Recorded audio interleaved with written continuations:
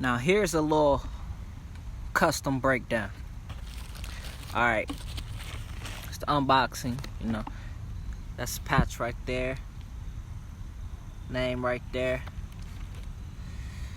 Alright, so that's Marvel. That's a little stencil logo. His trademark logo. Know how to put a taco on there.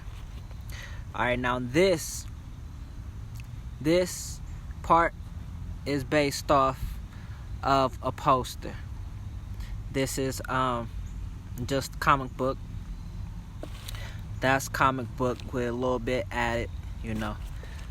Colors I had to use for these is like hot pink, red, black, tan, all that. These laces, by the way, are from Lace Lab, so go check them out when y'all get the chance. This, I used a lot of different parts in this. A lot of detail brushes, a lot of different colors. But that's actually something I pulled off of Pinterest. I think it's another artist. That's a little Target stencil. That's Bang stencil, you know. It's always something exploding dealing with him. And you know, that's the trademark stencil. So, you know, all in all, and then you know, I got the splatters.